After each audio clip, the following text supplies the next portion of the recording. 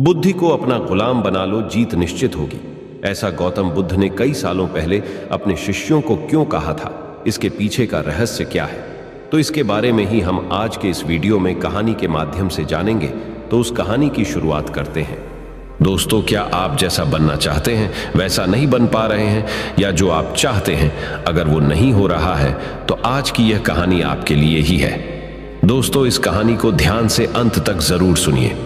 दोस्तों, अगर आप इस कहानी को अंत तक ध्यान से पढ़ते हैं तो आपको इस कहानी से कुछ ऐसा सीखने को मिलने वाला है जो आपको आपकी जिंदगी में बहुत काम आने वाला है। आप गौतम बुद्ध के जीवन की इस कहानी को अंत तक ध्यान से जरूर सुनिए। दोस्तों, इस कहानी को सिर्फ समझिएगा मत, बल्कि इस कहानी को अपने भीतर उतर जाने दीजिए। तो बिना समय को गंवाएं, चलिए कहानी की शुरुआत करते हैं। गौतम बुद्ध के जीवन की शिक्षाप्रद कहानी जो आपका जीवन बदल देंगी। दोस्तों, एक बार गौतम बुद्ध को एक सभा में भाषण करना था, और जब सभा का समय हुआ तब बुद्ध वहां आए और बिना कुछ बोले ही वहां से चले गए। तकरीबन 100 से भी ज्यादा लोग बुद्ध का उस सभा में इंतजार कर रहे थे, और बुद्ध के इस तरह के व्यवहार को देखकर सभी लोग बेहद चौंके, लेकिन किसी ने भी बुद्ध से कोई भी प्रश्न नहीं किया। दोस्तों, अगले दिन फिर से सभा का आयोजन हुआ, और दूसरे दिन सभा में लोगों की संख्या तकरीबन घट गई। इस बार तकरीबन 80 लोग सभा में बैठे हुए थे। बुद्ध सभा में आए, लेकिन इस बार भी बुद्ध ने वही किया, यानी बुद्ध इस बार भी आए और बिना कुछ बोले ही वहां से चले गए। लोग दोबारा से चौंके, लेकिन किसी ने भी बुद्ध से कोई प्रश्न नहीं किया। अगले दिन सभा का आयोजन फिर से किया, लेकिन इस बार सभा में लोगों की संख्या और घट गई। इस बार सभा में केवल 50 लोग ही आए हुए थे। बुद्ध सभा में फिर से आए और उन्होंने इधर उधर देखा और बिना कुछ बोले ही सभा से चले गए। उसके बाद कुछ लोग क्रोधित भी हुए, क्योंकि लोगों ने अपना काम छोड़ छोड़ कर आए हुए थे, लेकिन किसी ने भी बुद्ध से कोई प्रश्न नहीं किया। अगले दिन फिर से सभा का आयोजन हुआ। दोस्तों, आप लोग जो इस कहानी को देख रहे हैं, आप में से भी कुछ लोग मन ही मन ये कह रहे होंगे कि अरे कितनी बार सभा का आयोजन होगा। और आप लोगों को भी इस कहानी को पढ़ते वक्त इरिटेशन होना शुरू हुआ, और जिन जिन लोगों को भी अभी इरिटेशन होनी शुरू हुआ है, उन लोगों को तो यह कहानी बड़े ध्यान से देखकर समझनी चाहिए, क्योंकि यह कहानी आपके लिए ही है। अगले दिन फिर से सभा का आयोजन हुआ, लेकिन इस बार सभा की संख्या और ज्यादा घट गई थी, यानी इस बार सभा में सिर्फ 30 लोग ही थे। फिर उसके बाद बुद्ध सभा में आए, मुस्कुराए, और फिर से बुद्ध ने वही किया, यानी बिना कुछ बोले ही वहां से चले गए। इस बार भी लोग बहुत क्रोधित हुए, और इस बार लोगों ने पीछे से कुछ कहा भी और बड़बड़ाए भी, लेकिन बुद्ध ने उनके किसी भी प्रश्न का उत्तर नहीं दिया। दोस्तों, अगले दिन फिर से सभा का आयोजन हुआ, और इस बार लोगों की संख्या बहुत ज्यादा घट गई थी, यानी इस बार सभा में कुल मिलाकर 15 लोग ही आए हुए थे। इस बार भी बुद्ध सभा में आए, लेकिन इस बार बुद्ध अपना आसन ग्रहण कर लेते हैं। फिर बुद्ध बोले, और बुद्ध ने उन 15 लोगों को उपदेश दिया, और वे 15 लोग ही बुद्ध के भिक्षु बन गए। और आगे चलकर उन 15 लोगों ने ही बुद्ध के ज्ञान को अलग अलग दिशाओं में फैला दिया। फिर एक दिन बुद्ध से किसी ने पूछा कि बुद्ध, आप कई दिनों तक बिना बोले ही सभा से क्यों चले जाते थे?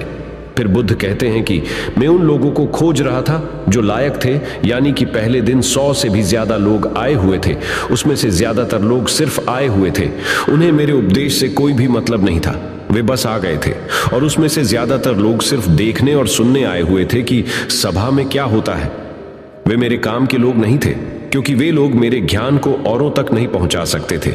मुझे तो उन लोगों की खोज थी जो मेरे ज्ञान को जन जन तक पहुंचा सके। कई दिनों तक सभा से बिना बोले ही मैं इसीलिए चला गया, क्योंकि मैं यह देखना चाहता था कि वे कौन लोग हैं जिनके भीतर वास्तव में प्यास है। जिन लोगों के भीतर में वास्तव में प्यास थी, वे लोग अंत तक जरूर रुके, और जो लोग बस ऐसे ही आ गए थे, वे लोग पहले या दूसरे दिन ही चले गए। जिनके भीतर धैर्य था, उन्हें मुक्ति का मार्ग भी मिला, और जो लोग जल्दबाजी में थे, वे लोग अब घर में बैठे हुए हैं। सवाल यह नहीं है कि मैं तुम्हें क्या दे सकता हूं, बल्कि सवाल यह है कि तुम क्या ले सकते हो। तुम्हारा पात्र कितना बड़ा है और कितने के तुम हकदार हो। जितने के तुम हकदार हो, उससे ज्यादा तुम्हें नहीं मिलेगा। फिर वह व्यक्ति बुद्ध से पूछता है कि बुद्ध लायक कैसे बने? फिर बुद्ध कहते हैं कि धैर्य के द्वारा। जिस व्यक्ति के अंदर धैर्य है, वह अपने जीवन में कुछ भी पा सकता है। सभा में जितने भी लोग आए हुए थे, और उसमें से अंत तक वही रुके जिनके अंदर धैर्य था। चाहे तुम्हारे जीवन में तुम्हारा लक्ष्य जो कुछ भी हो, लेकिन तुम बिना धैर्य के सफलता के चरम तक नहीं पहुंच सकते। फिर वह व्यक्ति बुद्ध से पूछता है कि कोई व्यक्ति अपने भीतर के धैर्य को कैसे बढ़ाए।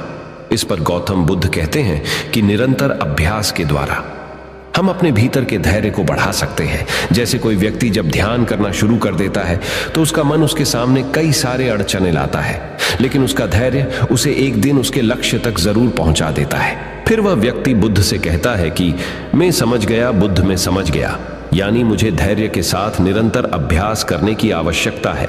दोस्तों, अब आपको समझ आ गया कि आपके पास वो क्यों नहीं है जो आप पाना चाहते हैं, क्योंकि आप उसके लायक नहीं हैं। आप लायक तभी बनेंगे जब आप अपने भीतर धैर्य को बढ़ाएंगे। और धैर्य कैसे बढ़ेगा? धैर्य बढ़ेगा निरंतर अभ्यास के द्वारा। और अभ्यास कौन करेगा? अभ्यास करेंगे आप, तो फिर करते क्यों नहीं? दोस्तों, खुद से ईमानदारी के साथ एक प्रश्न जरूर पूछिए कि जो आप भविष्य में बनना चाहते हैं उसके लिए क्या आप धैर्य के साथ कर्म कर रहे हैं? दोस्तों, अगर उसका उत्तर नहीं है तो अपनी असफलता के लिए जिम्मेदार आप खुद होंगे। दोस्तों, आज की यह गौतम बुद्ध की शिक्षाप्रद कहानी आपको पसंद आई होंगी तो नीचे कमेंट बॉक्स में यस जरूर लिखें। तो चलिए गौतम बुद्ध की दूसरी कहानी की शुरुआत करते हैं, जिसमें उन्होंने सफलता के रहस्यमय 10 उपदेश दिए हैं। दोस्तों, अगर आप अपने लाइफ के हर एक क्षेत्र में सफलता प्राप्त करना चाहते हैं तो महात्मा बुद्ध के 10 उपदेश आपको सही रास्ते तक ले जाने में बहुत ज्यादा हेल्प करेंगे। तो दोस्तों, बिना समय को गंवाएं, चलिए जानते हैं गौतम बुद्ध के 10 उपदेश के बारे में जो आपकी जिंदगी बदल देंगे।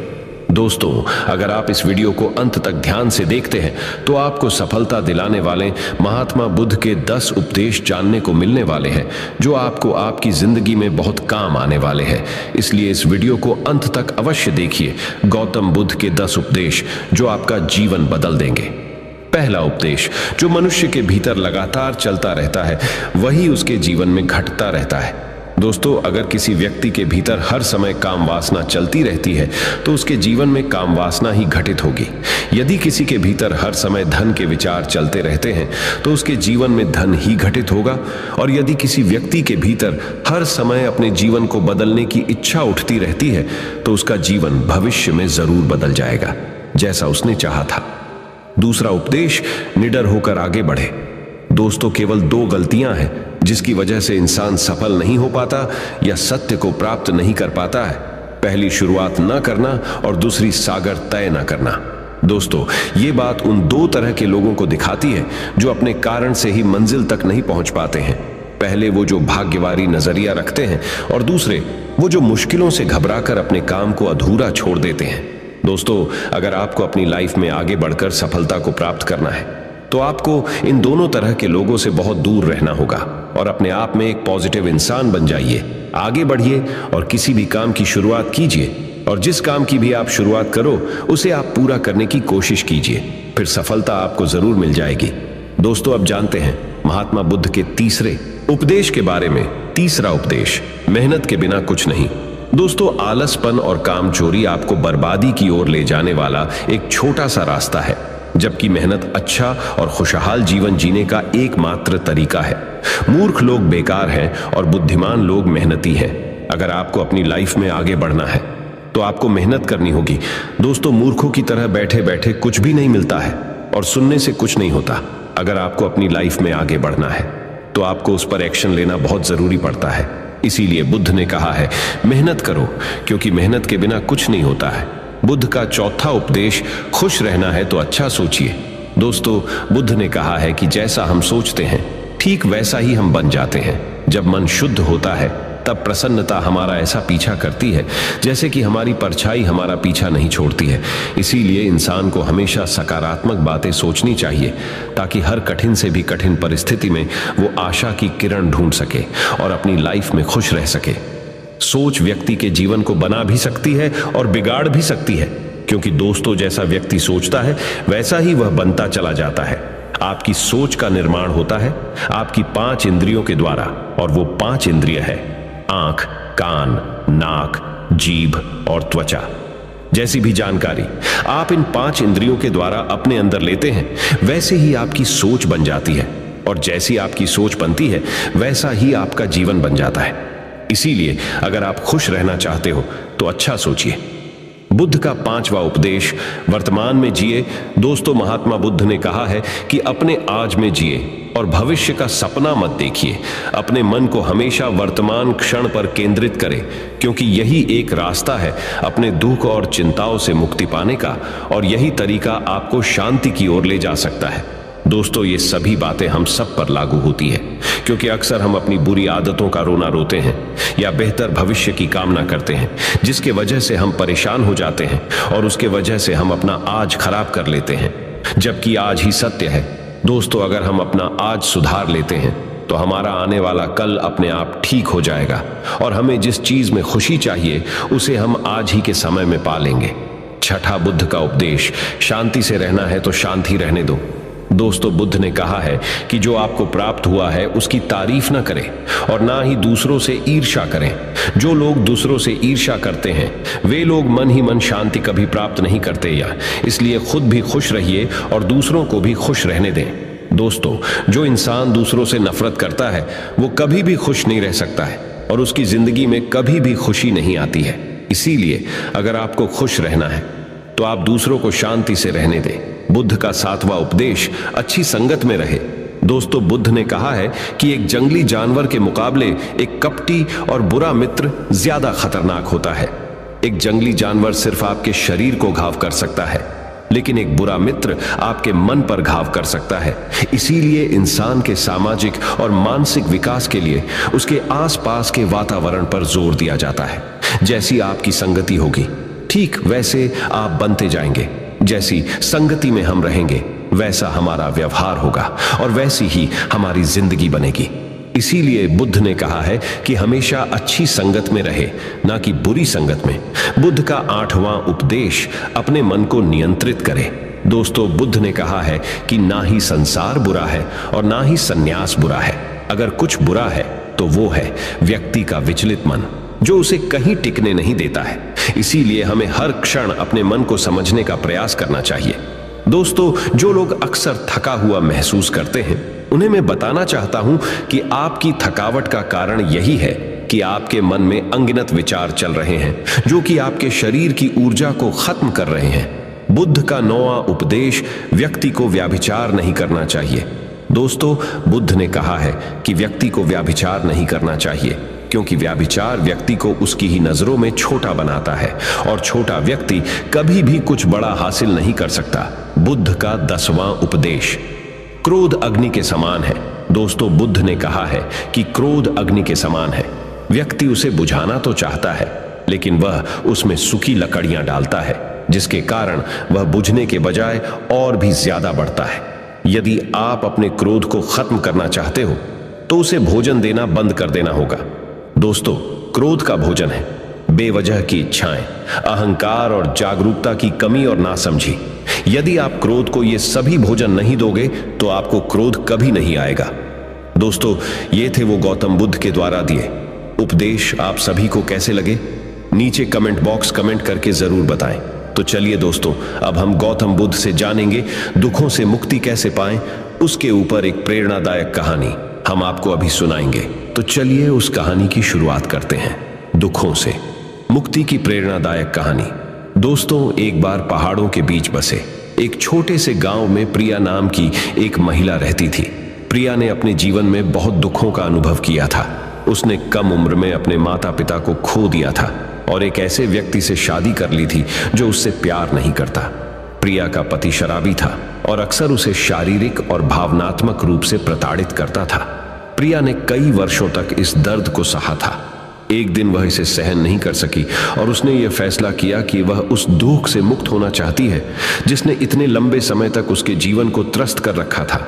वह जानती थी कि अगर वह एक सुखी जीवन जीना चाहती है या स्वतंत्रता का अनुभव करना चाहती है तो उसे अपना घर छोड़ना होगा। इसलिए एक रात उसने अपना एक छोटा सा बैग पैक किया और घर से निकल गई। प्रिया ने अपने गहने भी रख लिए थे जिन्हें बेचकर वह अपने सफर में आगे बढ़ सकती थी। जब वह सुनसान सड़क पर चल रही थी तो उसे राहत का एहसास हुआ। लंबे समय में पहली बार उसे लगा कि उसका अपने जीवन पर नियंत्रण है। प्रिया को नहीं पता था कि वह कहां जा रही है, लेकिन वह जानती थी कि उसे आगे बढ़ते रहना है। दिन हफ्तों में बदल गए और प्रिया अपने घर से बेहद दूर आ चुकी थी। उसे रास्ते में कई बाधाओं का सामना करना पड़ा, लेकिन वह आगे बढ़ती गई। उसने उस जीवन को पीछे छोड़ दिया था जिसने उसे इतना दर्द दिया था, और उसने कभी पीछे मुड़कर नहीं देखने का निश्चय किया था।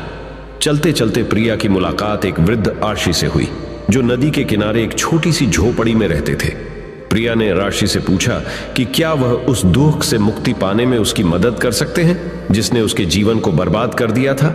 आरशी ने प्रिया को देखा और कहा, बच्ची, दुख से मुक्ति अपने आप बाहर नहीं मिल सकती। यह मन की एक अवस्था है जिसे व्यक्ति को भीतर से विकसित करना चाहिए। आपको अतीत को छोड़ना और वर्तमान क्षण में जीना सीखना चाहिए, तभी आप सच्ची स्वतंत्रता का अनुभव कर पाओगे।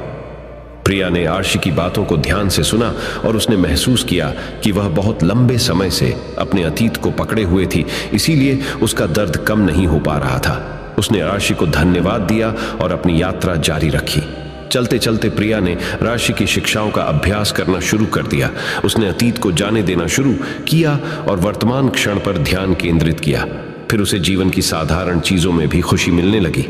प्रिया एक गांव से गुजर रही थी जहां पर पोस्टर लगे थे कि प्राइमरी स्कूल में शिक्षक की आवश्यकता है। प्रिया पढ़ी लिखी थी और उसे पैसे की भी आवश्यकता थी, इसलिए वह बच्चों को पढ़ाने लगी। एक दिन प्रिया लोगों के एक समूह से मिली जो आग के चारों ओर इकट्ठा थे। वे नाच रहे थे और गा रहे थे और उनकी हंसी हवा में गूंज रही थी। प्रिया पहले तो इसमें शामिल होने से हिचकिचा रही थी, लेकिन उसके भीतर की आवाज उसे उस समूह में जाने और मजे करने के लिए कह रही थी। प्रिया ने समूह के साथ नृत्य किया और खूब हंसी। लंबे समय में पहली बार वह वास्तव में खुशी महसूस कर रही थी।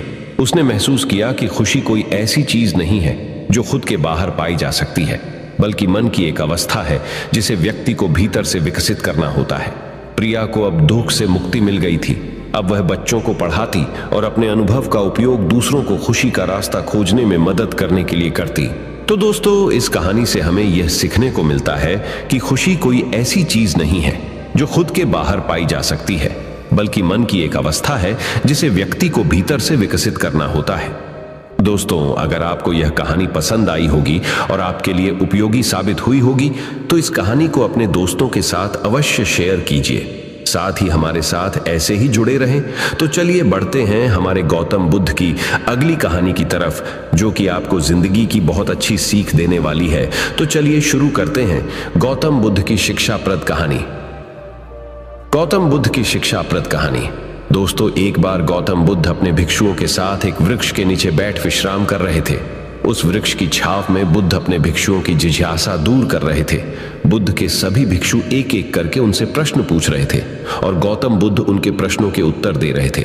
बुद्ध के उन भिक्षुओं में कुछ भिक्षु ऐसे भी थे जो कुछ समय पहले ही संघ से जुड़े हुए थे, जिसके कारण अभी उनके भीतर वह समझ पैदा नहीं हुई थी जो गौतम बुद्ध के प्रवचनों को समझ सके। गर्मियों का समय था, सूरज अपने चरम पर था और चारों तरफ धूप ही धूप थी। लेकिन उस वृक्ष के कारण बुद्ध और उनके सभी भिक्षु आराम से छाव में बैठे हुए थे। इतने में ही गौतम बुद्ध के एक भिक्षु की नजर एक बूढ़े व्यक्ति पर पड़ती है जो उस वृक्ष के पास से ही गुजर रहा था। वह भिक्षु उस बूढ़े व्यक्ति को देखकर अचानक से ही हंसने लगता है। उस बूढ़े व्यक्ति की उम्र बहुत ज्यादा हो गई थी, जिसके कारण उसकी कमर मुड़ गई थी। उस बूढ़े व्यक्ति के हाथ में एक डंडा था, जिसका सहारा लेकर वो बूढ़ा व्यक्ति अपनी मंजिल तक पहुंचने का प्रयास कर रहा था। उस बूढ़े व्यक्ति का शरीर केवल हड्डियों का ढांचा मात्र अपने भिक्षु को हंसते हुए देख बुद्ध उससे कहते हैं कि मेरे प्रिय भिक्षुओं, कृपा कर हंसो मत, क्योंकि जिस व्यक्ति को देखकर तुम अभी हंस रहे हो वो कोई साधारण व्यक्ति नहीं है, बल्कि वह व्यक्ति इसी क्षण तुम्हारे जीवन को रूपांतरित करने की क्षमता रखता है जो आज तक मैं तुम्हें सिखा नहीं पाया। वह यह बूढ़ा व्यक्ति तुम्हें सिखा रहा है। इसके द्वारा दी गई सीख को बेकार न करो। बुद्ध की ये बात सुनकर वह भिक्षु बुद्ध से कहता है कि मुझे क्षमा करे बुद्ध, पर मुझे ये समझ नहीं आ रहा है कि जो एक बूढ़ा व्यक्ति जो खुद अपने शरीर और अपनी बीमारियों से लाचार है, वो मुझे क्या सिखा सकता है। फिर बुद्ध उस भिक्षु से कहते हैं कि ये बूढ़ा व्यक्ति तुम्हें तुम्हारा भविष्य दिखा रहा है। जिस बुढ़ापे को और लाचारी को देखकर तुम अभी हंस रहे हो, वो बुढ़ापा और लाचारी तुम्हारे जीवन में भी आने वाली है। वह बूढ़ा व्यक्ति तुमसे कह रहा है कि अभी समय है, इस स्वस्थ शरीर का अच्छे कर्म करने के लिए उपयोग करो। अगर तुम्हारा ये स्वस्थ शरीर तुम्हारे हाथ से निकल गया तो फिर से वापस नहीं आएगा। और अभी तुम्हारा ये शरीर सही से काम कर रहा है, जैसे कि तुम्हारे हाथ, पैर, आंख, कान और ये सभी चीजें सही से काम कर रही हैं। क्या यह छोटी बात है और क्या तुम इसे मामूली सी बात समझ रहे हो? यह घटना कोई साधारण घटना नहीं थी जो अभी तुम्हारे साथ घटी, और यह घटना तुम्हारे जीवन को बदलने की क्षमता रखती है। ठीक इसी तरह की घटना ने मेरा जीवन बदला था, और इस तरह की घटना के कारण ही मैं आज बुद्ध हूं। फिर वह भिक्षु बुद्ध से कहता है कि क्षमा करें बुद्ध, परंतु मेरे मन में यह विचार ही नहीं आया कि मैं उस बूढ़े व्यक्ति से कुछ सीख सकता हूं। उसे देखकर केवल मुझे हंसी आ गई। ऐसा इसीलिए हुआ क्योंकि तुम्हें अपने भीतर कहीं ना कहीं लगता है कि जिस स्थिति में आज वो बूढ़ा व्यक्ति है, उस स्थिति में तुम कभी नहीं आओगे, जिस बुढ़ापे का और लाचारी का सामना आज वो बूढ़ा व्यक्ति कर रहा है। तुम्हें लगता है कि उसका सामना तुम कभी नहीं करोगे, इसीलिए तुम उस बूढ़े व्यक्ति को देखकर हंस पाए। तुमने सच्चाई को नजरअंदाज कर दिया। अगर तुम सच्चाई को देख लेते तो चाहकर भी अपने आंखों के आंसुओं को नहीं रोक पाते, परंतु तुमने सत्य को अनदेखा कर दिया और तुम बहुत बड़ी संभावना से चूक गए। बुद्ध की ये बात सुन वो भिक्षु बुद्ध से क्षमा मांगता है और ये निश्चय करता है कि वह अपने स्वास्थ्य का उपयोग अपने अहंकार को बढ़ाने में नहीं, बल्कि परम सत्य को पाने में करेगा। दोस्तों, जो लोग इस कहानी को पढ़ रहे हैं, हो सकता है कि आप बड़ी बड़ी समस्याओं में हो या हो सकता है कि आप परेशानियों में हो, लेकिन फिर भी एक बात को हमेशा ध्यान में रखना है कि जब तक आपका स्वास्थ्य ठीक है, तब तक आप किसी भी बड़ी से बड़ी समस्या से बाहर आ सकते हैं। दोस्तों, इसीलिए बुद्ध ने कहा है कि हमारा स्वास्थ्य हमारा सबसे बड़ा उपहार है जो हमें इस सृष्टि से मिला हुआ है, इसीलिए इसका उपयोग सही से करें। दोस्तों, आपको यह गौतम बुद्ध की शिक्षाप्रद कहानी कैसी लगी? कृपया हमें नीचे कमेंट बॉक्स में कमेंट करके जरूर बताएं, और आपको यह कहानी पसंद आई होगी तो अपने दोस्तों के साथ इसे अवश्य शेयर कीजिए। तो दोस्तों, अब हम जानेंगे गौतम बुद्ध के अनुसार सच्चाई में सफलता की कुंजी क्या है। तो बिना देर किए गौतम बुद्ध की रहस्यमयी कहानी की शुरुआत करते हैं। हर व्यक्ति अपने जीवन में कुछ पाना चाहता है, कुछ बनना चाहता है, लेकिन कुछ % लोग ही अपने उस सपने को पूरा कर पाते हैं जो वे हर वक्त देखते रहते हैं। इसके पीछे क्या कारण है? क्या आप जानना चाहते हैं? अगर हाँ, तो यह कहानी आपके लिए ही है। दोस्तों, यह कहानी गौतम बुद्ध की जीवन से ली गई है, और इस कहानी को अगर आप अंत तक देखते हैं तो आपको समझ में आ जाएगा कि सफलता की कुंजी क्या है और सफलता के लिए क्या आवश्यक है। तो चलिए कहानी की शुरुआत करते हैं। दोस्तों, एक बार गौतम बुद्ध अपने कुछ भिक्षुओं के साथ एक गांव से गुजर रहे थे, और उस गांव में पानी की व्यवस्था बिल्कुल भी नहीं थी, जिसके कारण लोगों को अपने गांव से बेहद दूर पानी लाने के लिए जाना पड़ता था। उस गांव के निकट ही बहुत बड़ा मैदान था जिसमें बहुत सारे छोटे छोटे घड़े खुदे हुए थे। बुद्ध के सभी भिक्षुओं में से एक भिक्षु जिज्ञासावश गौतम बुद्ध से पूछता है कि इस मैदान पर जो घड़े खुदे हुए हैं उनका क्या उपयोग है। अपने भिक्षु का प्रश्न सुनकर बुद्ध मुस्कुराते हैं और कहते हैं कि मेरे प्रिय भिक्षु, इस गांव में पानी की बड़ी समस्या है, और इसीलिए इस गांव के लोगों ने पानी की खोज में ये छोटे छोटे गड्ढे खोदे हुए हैं। सुनते ही वह बौद्ध भिक्षु दौड़कर वहां पर चला जाता है और उन गड्ढों में पानी खोजने लगता है, परंतु उस बौद्ध भिक्षु को उन गड्ढों में एक पानी की बूंद भी नहीं मिलती। उसके बाद वो गौतम बुद्ध के पास वापस आकर पूछता है कि बुद्ध, इन गड्ढों में तो पानी है ही नहीं। उसके बाद गौतम बुद्ध मुस्कुराते हैं और अपने भिक्षु से कहते हैं कि प्रिय भिक्षु, क्या तुम्हें वहां दूर लोगों की जाती भीड़ दिख रही है? इस पर बौद्ध भिक्षु कहता है कि हाँ बुद्ध, मैं देख सकता हूं। इसके बाद बुद्ध कहते हैं कि वे सभी लोग इस गांव से बहुत दूर एक नदी है, वहां पर से पानी लेने के लिए जा रहे हैं। उसके बाद बुद्ध का भिक्षु बुद्ध से पूछता है कि बुद्ध, क्या इस गांव के आसपास की जमीन में पानी बिल्कुल भी नहीं है? इस पर बुद्ध कहते हैं कि पानी तो है, लेकिन इस गांव में ऐसा कोई नहीं है कि उस पानी तक पहुंच सके। इसके बाद बौद्ध भिक्षु कहता है कि मैं कुछ समझा नहीं बुद्ध। इसके बाद गौतम बुद्ध कहते हैं कि क्या तुम इस मैदान पर खुदे हुए गड्ढे देख रहे हो? इस मैदान पर खुदे हुए ये सभी घड़े पानी की खोज में खुदे हुए हैं, लेकिन एक भी गड्ढे से पानी प्राप्त नहीं हुआ है। जानते हो क्यों? क्योंकि परिश्रम तो किया गया लेकिन सही दिशा में नहीं किया गया है। अगर ये सब गांव वाले अलग अलग 100 गड्ढे खोदने के बजाय सिर्फ एक ही गड्ढे को 100 गड्ढों की बराबर खोदते तो ये सब गांव वाले पानी तक अवश्य पहुंच जाते। दोस्तों, मनुष्य का मन भी इस प्रकार ही है। वह एक ही समय में 100 दिशाओं में भागता है। अगर मनुष्य अपने मन को एक ही दिशा में लगाए तो वह अपने लक्ष्य तक जरूर पहुंचेगा, परंतु बहुत ही कम लोग इस बात को समझ पाते हैं। कुल मिलाकर सफलता की कुंजी क्या है? दोस्तों, आपकी असफलता का कारण आपका मन ही है और आपके मन का 100 अलग अलग दिशाओं में भागना और आपको इसे किसी एक दिशा में केंद्रित ना कर पाना है। जब तक आपका मन पूरी एकाग्रता के साथ किसी एक दिशा में नहीं चलेगा, तब तक आप अपनी मंजिल तक नहीं पहुंच सकते हैं और तब तक आप सफल नहीं हो सकते, चाहे आप कितना भी प्रयास क्यों ना कर लें। इसीलिए कोई व्यक्ति अगर अपने लक्ष्य को हासिल करना चाहता है तो उसे अपने मन को एक ही दिशा में लगाना चाहिए, क्योंकि कठिन परिश्रम करना बेकार है यदि उसे सही दिशा में नहीं किया जाए। तो दोस्तों, आज आपने सफलता की कुंजी क्या है? कहानी के जरिए यह सीखा कि कठिन परिश्रम करना बेकार है यदि उसे सही दिशा में नहीं किया जाए। तो दोस्तों, चलिए बढ़ते हैं हमारे आखिरी कहानी की तरफ, जो कहानी है भाग्य के ऊपर कि भाग्य का लिखा कभी नहीं मिटता। इस विषय पर हम गौतम बुद्ध की एक रहस्यमय कहानी आपको सुनाएंगे। किसी गांव में एक बहुत ही ज्ञानी पंडित रहता था। एक दिन वह अपने बचपन के दोस्त से मिलने के लिए दूसरे गांव में जा रहा था। उसका वह दोस्त बचपन से ही गूंगा और एक पैर से अपाहिज था। उस पंडित के गांव से उसके दोस्त का घर काफी दूर था। वहां जाने के लिए बीच बीच में कई सारे छोटे छोटे गांव पड़ते थे।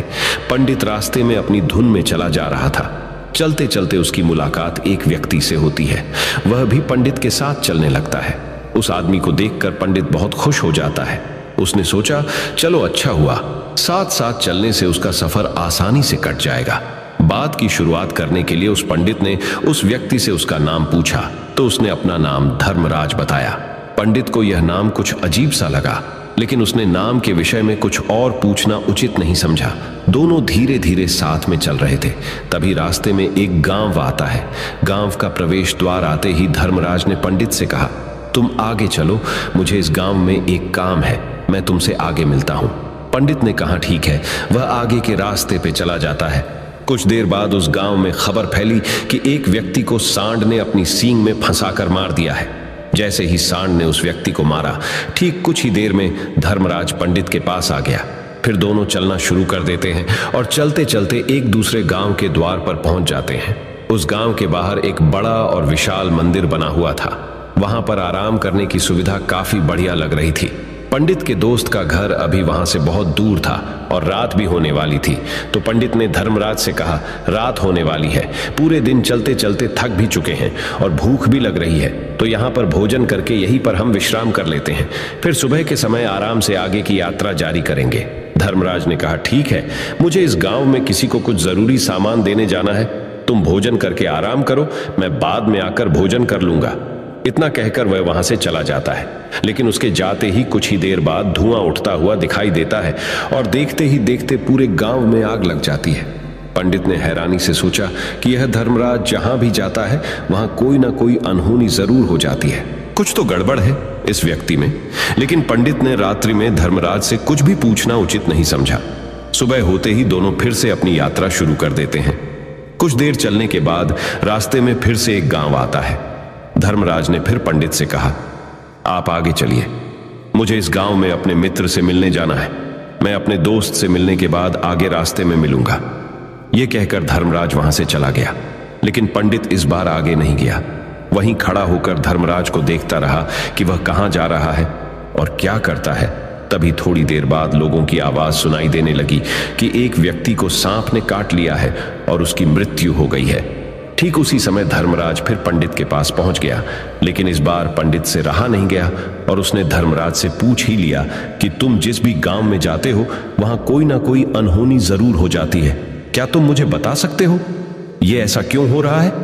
धर्मराज ने कहा, पंडित जी, आप तो मुझे बहुत ज्ञानी मालूम पड़े थे, इसीलिए मैं आपके साथ चलने लगा था, क्योंकि ज्ञानियों का साथ बहुत अच्छा होता है, परंतु आप अभी तक समझ नहीं पाए कि मैं कौन हूं।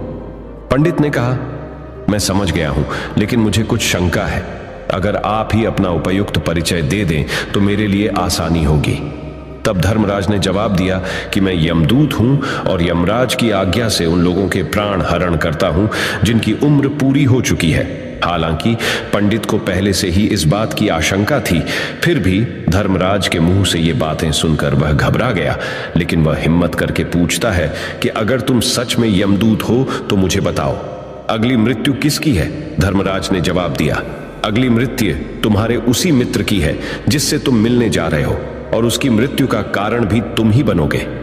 ये बात सुनकर पंडित सहम गया और सोच में पड़ गया कि अगर सच में यह धर्मराज यमदूत हुआ तो उसकी बात भी सच होगी और उसके कारण मेरे बचपन के सबसे अच्छे मित्र की मृत्यु हो जाएगी। तो सबसे अच्छा तो यही होगा कि मैं अपने मित्र से मिलने ही ना जाऊं, कम से कम मैं उसकी मृत्यु का कारण तो नहीं बनूंगा। धर्मराज ने मुस्कुराते हुए कहा, तुम जो सोच रहे हो वो सब मुझे पता है, मगर तुम्हारे अपने मित्र से मिलने ना जाने से नियति नहीं बदल जाएगी। तुम्हारे मित्र की मृत्यु तो निश्चित है और वह अगले कुछ ही पलों में घटित होने वाली है। महाकाल के मुंह से ऐसी बातें सुनकर पंडित को झटका लगा, क्योंकि महाकाल ने पंडित के मन की बातें पढ़ ली थी, जो कि एक सामान्य व्यक्ति के लिए संभव नहीं है। अब पंडित को विश्वास हो गया कि यह धर्मराज सचमुच में यमदूत ही है। जब पंडित को यह पूर्ण विश्वास हो गया कि धर्मराज जी यमदूत है तो वह घबरा गया। वह अपने मित्र की मृत्यु का कारण नहीं बनना चाहता था, इसलिए वह पलटकर अपने गांव की तरफ वापस जाने लगा। लेकिन जैसे ही पंडित वापस जाने के लिए मुड़ा, उसने देखा कि उसका मित्र तेजी से उसकी तरफ चला आ रहा है, जो कि पंडित को देखकर अत्यंत प्रसन्न दिखाई पड़ रही थी।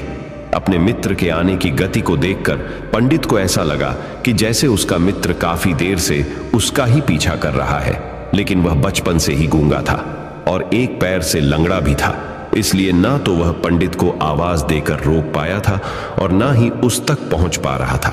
लेकिन जैसे ही वह पंडित के पास पहुंचा, अचानक ही जमीन पर गिर पड़ा और उसकी मृत्यु हो गई। पंडित हक्का बक्का होकर धर्मराज की ओर देखने लगा, जैसे कि वह पूछना चाह रहा हो कि आखिर क्या हुआ। धर्मराज पंडित के मन में उठ रहे प्रश्नों को समझ गया और बोला, तुम्हारे मित्र ने पिछले गांव में ही तुम्हें देख लिया था और मैं वहीं से ही तुम्हारा पीछा कर रहा था, लेकिन गूंगा और लंगड़ा होने की वजह से वह तुम तक नहीं पहुंच पाया। उसने अपनी पूरी ताकत लगाकर तुम तक पहुंचने का प्रयास किया, लेकिन बुढ़ापे में बचपन जैसी ताकत नहीं होती, इसलिए हार्ट अटैक होने के कारण उसकी मृत्यु हो गई, क्योंकि वह तुमसे मिलने के लिए अपनी सीमाओं को तोड़कर तुम्हारे पीछे भाग रहा था। इसलिए अपने मित्र की मृत्यु का कारण भी तुम ही कहलाओगे। अब पंडित को पूर्णतः विश्वास हो गया था कि धर्मराज एक यमदूत है और उसका कार्य जीवों के प्राण हरना है। लेकिन पंडित एक ज्ञानी व्यक्ति था, वह यह भी जानता था कि मृत्यु पर किसी का वश नहीं है, सबको एक न एक दिन मरना ही है। यही सोचकर उसने अपने आप को संभाल लिया। लेकिन अचानक ही पंडित के मन में अपनी मृत्यु के बारे में जानने की इच्छा हुई, इसलिए उसने धर्मराज से पूछा कि जब मृत्यु मेरे दोस्त की होनी थी तो तुम शुरू से ही मेरे साथ क्यों चल रहे थे? यह प्रश्न सुनकर धर्मराज जोर से हंसा और बोला, मैं तो हर पल हर क्षण सभी के साथ चलता हूं, किंतु लोग पहचान नहीं पाते, क्योंकि लोगों के पास अपनी समस्याओं के अलावा किसी और व्यक्ति, वस्तु या घटना के बारे में सोचने, समझने या उसे देखने का समय ही नहीं होता। पंडित ने कहा, तो क्या तुम ये बता सकते हो कि मेरी मृत्यु कब, कहां और कैसे होगी? महाकाल ने कहा, हालांकि किसी भी सामान्य जीव के लिए अपनी मृत्यु के बारे में जानना ठीक नहीं है, क्योंकि कोई भी जीव हो वो अपनी मृत्यु के बारे में जानकर बहुत दुखी हो जाता है। हालांकि तुम ज्ञानी व्यक्ति मालूम पड़ते हो और तुमने जिस तरीके से अपने मित्र की मृत्यु को सहन कर लिया है, उसे देखकर लगता है कि तुम अपनी मृत्यु के बारे में जानकर भी दुखी नहीं होगे। तो तुम्हारी मृत्यु आज से ठीक 6 महीने बाद आज ही के दिन किसी दूसरे राज्य में फांसी लगने से होगी, और सबसे हैरानी की बात तो ये होगी कि तुम स्वयं ही खुशी से उस फांसी को स्वीकार कर लोगे। इतना कहकर धर्मराज वहां से चला गया, क्योंकि अब धर्मराज के पास पंडित के साथ चलते रहने का कोई कारण न था। इसके बाद पंडित ने अपने मित्र के शरीर का अंतिम संस्कार किया और यथाशक्ति उसके क्रियाकर्म करके अपने गांव वापस आ गया। लेकिन कोई व्यक्ति कितना भी ज्ञानी क्यों ना हो, अपनी मृत्यु के बारे में जानकर दुखी तो होता ही है और मृत्यु से बचने का कोई ना कोई उपाय भी खोजता है। तो पंडित ने भी वही किया, क्योंकि पंडित विद्वान था, इसलिए उसकी पहचान उस राज्य के राजा तक थी। पंडित ने सोचा कि राजा के पास तो कई सारे ज्ञानी मंत्री हैं, लेकिन उनमें से किसी को भी अपनी मृत्यु के बारे में जानने का कोई उपाय नहीं है। इसलिए उसने अपने मित्र से पूछा कि क्या तुम सच में यमदूत हो? वो मेरी मृत्यु से संबंधित समस्या का कोई ना कोई समाधान निकाल ही लेंगे। पंडित यही सब सोचता हुआ राज दरबार में पहुंच जाता है और राजा से सारी घटना के बारे में बताता है। राजा ने अपने मंत्रियों को सारी समस्या बताई और उनसे सलाह मांगी। अंत में सभी ने विचार विमर्श करके कहा, अगर पंडित की बात सही है तो उसकी मृत्यु भी 6 महीने बाद ही होगी, लेकिन मृत्यु तो तब होगी जब वह किसी दूसरे राज्य में जाएगा। यदि वह किसी दूसरे राज्य में जाए ही ना तो मृत्यु ही नहीं होगी। मंत्रियों की यह सलाह राजा को भी सही लगी। इसके बाद पंडित के रहने की सारी व्यवस्था महल में ही कर दी गई और राजा के आदेश के बिना उस पंडित से किसी को भी नहीं मिलने दिया जाता था। लेकिन पंडित कहीं भी आ जा सकता था ताकि पंडित को यह ना लगे कि वो राजा की कैद में है। परंतु पंडित डर के मारे स्वयं ही कहीं आता जाता नहीं था। धीरे धीरे महीने गुजर गए और पंडित की मृत्यु का समय नजदीक आने लगा और अंततः वह भी दिन आ गया जिस दिन पंडित की मृत्यु होनी थी। तो जिस दिन पंडित की मृत्यु होनी थी उसके एक रात पहले पंडित डर के मारे जल्दी ही सो गया ताकि जल्दी से वह रात बीत जाए और अगला दिन आ जाए ताकि मृत्यु टल सके। लेकिन पंडित को नींद में चलने की बीमारी थी और अपनी इस बीमारी के बारे में वह स्वयं ही नहीं जानता था। तो फिर राजा, मंत्री या किसी वैद्य को इसके बारे में बताने का कोई प्रश्न ही नहीं उठता। पंडित अपनी मृत्यु को लेकर बहुत चिंतित था। वह पिछले कई दिनों से ठीक से सो भी नहीं पा रहा था और नींद में चलने की बीमारी भी तभी होती है जब व्यक्ति ठीक से सो नहीं पा रहा हो। तो उस रात भी पंडित को नींद में चलने का दौरा पड़ा। वह उठा और महल से निकलकर अस्तबल में गया। क्योंकि पंडित राजा का खास मेहमान था इसलिए किसी भी पहरेदार ने उसे नहीं रोका और न ही किसी तरह की कोई पूछताछ की। अस्तबल में पहुंचकर वह सबसे तेज चलने वाले घोड़े की पीठ पर सवार होकर नींद में ही अपने राज्य की सीमा से बाहर दूसरे पड़ोसी राज्य में चला गया। इतना ही नहीं, वह दूसरे राज्य के राजा के महल में पहुंच उस महल के पहरेदारों ने भी उसे नहीं रोका और न ही कोई पूछताछ की। सभी लोग रात्रि का अंतिम प्रहार होने के कारण गहरी नींद में थे। वह पंडित सीधे राजा के सैन्य कक्ष में पहुंचा जहां राजा और रानी सो रहे थे। वह पंडित वहीं जाकर सो गया। सुबह हुई तो राजा ने पंडित को रानी के बगल में सोया हुआ देखा तो है बहुत क्रोधित हो गया। राजा ने पंडित को कैद करने का आदेश दे दिया। पंडित गिरफ्तार हो गया, लेकिन पंडित तो भौचक्का था। उसे तो कुछ समझ नहीं आ रहा था कि आखिर वह दूसरे राज्य में और राजा के सैन्य में कैसे पहुंचा। लेकिन वहां उसकी ये सब सुनने वाला कोई नहीं था। राजा ने पंडित को दरबार में पेश करने का आदेश दिया। कुछ देर बाद उस पंडित को दरबार में लाया गया। पंडित को देखते ही राजा इतना आग बबूला हो गया कि उसे फांसी पर चढ़ा देने का हुक्म सुना दिया। फांसी की सजा सुनकर पंडित कांप गया, लेकिन फिर भी थोड़ी सी हिम्मत जुटाकर राजा से बोला, महाराज, मैं नहीं जानता कि मैं राजमहल तक कैसे पहुंचा। मैं यह भी नहीं जानता हूं कि आपके सैन्य कक्ष तक मैं कैसे आया और आपके महल के किसी पहरेदार या सैनिक ने मुझे रोका क्यों नहीं। लेकिन मैं इतना जरूर जानता हूं कि आज मेरी मृत्यु होनी थी और वो होनी भी जा रही है। राजा को यह बात थोड़ी अजीब लगी। उसने पंडित से पूछा, तुम्हें कैसे पता कि आज तुम्हारी मृत्यु होनी है? राजा के इस प्रश्न के जवाब में पंडित ने पिछले 6 महीने का सारा वाकया राजा को सुना दिया और बोला, महाराज, मेरा क्या, किसी भी सामान्य व्यक्ति में इतना साहस नहीं कि वह राजा के सैन्य कक्ष में राजा की उपस्थिति में रानी के साथ सो जाए। राजा को पंडित की बात में थोड़ा तर्क दिखाई पड़ा, परंतु उसने सोचा कि यह मृत्यु से बचने के लिए धर्मराज और उसके द्वारा अपनी मृत्यु की भविष्यवाणी की कहानी बना रहा है। इसलिए राजा ने पंडित से कहा, यदि तुम्हारी बात सत्य है और आज ये तुम्हारी मृत्यु का दिन है, जैसा कि यमदूत धर्मराज ने तुमसे कहा था, तो आज तुम्हारी मृत्यु का कारण मैं नहीं बनूंगा। लेकिन यदि तुम्हारी बात झूठी निकली तो निश्चित ही आज तुम्हारी मृत्यु का दिन होगा, क्योंकि जिस राज्य से पंडित आया था उस राज्य का राजा इस राजा का मित्र था। इसलिए इस राजा ने तुरंत अपने कुछ सैनिकों को पड़ोसी राजा के पास भेजकर पंडित की बात की, सत्यता का प्रमाण मांगा। भेजे गए सैनिक शाम तक लौटे और उन्होंने राजा को बताया कि महाराज, पंडित जो कुछ भी कह रहा है वो सब सत्य है। पड़ोसी राज्य के राजा ने पिछले 6 महीने से पंडित के रहने की सारी व्यवस्था अपने ही महल में कर रखी थी। पंडित राजा का खास मेहमान था। कल शाम राजा आखिरी बार पंडित से उसके कक्ष में मिले थे और उसके बाद यह इस राज्य में कैसे पहुंच गया, इसकी जानकारी किसी को भी नहीं है। इसलिए उस राज्य के राजा के अनुसार पंडित को फांसी की सजा देना ठीक नहीं है। लेकिन राजा के सामने एक नई समस्या थी, क्योंकि उसने बिना पूरी बात जाने ही पंडित को फांसी की सजा सुना दी थी। इसलिए अगर पंडित को फांसी नहीं दी जाती तो राजा के वचन का अपमान हो जाएगा, लेकिन अगर राजा की बात का मान रखा जाए तो बेवजह ही एक निर्दोष व्यक्ति की मौत हो जाएगी। राजा ने अपने सभी मंत्रियों से इस बारे में सुझाव मांगा तो मंत्रियों ने राजा को सुझाव दिया कि महाराज, पंडित को एक कच्चे सूत के धागे से फांसी लगवा दी जाए। इससे आपके कथन का भी मान रह जाएगा और कच्चे सूत के धागे से पंडित को फांसी भी नहीं लगेगी और उसके प्राण भी बच जाएंगे। राजा को मंत्रियों का यह सुझाव पसंद आया और उसने ऐसा ही करने का आदेश दे दिया। पंडित के लिए कच्चे सूत के धागे से फांसी का फंदा बनाया गया और नियम के अनुसार पंडित को फांसी पर चढ़ाया जाने लगा। सभी लोग बहुत खुश थे कि ना तो पंडित मरेगा और ना ही राजा का वचन खाली जाएगा। पंडित को भी पूर्ण विश्वास था, ये सूत के धागे से तो उसकी मृत्यु हो ही नहीं सकती, इसलिए उसी पर चढ़ने के लिए तैयार हो गया।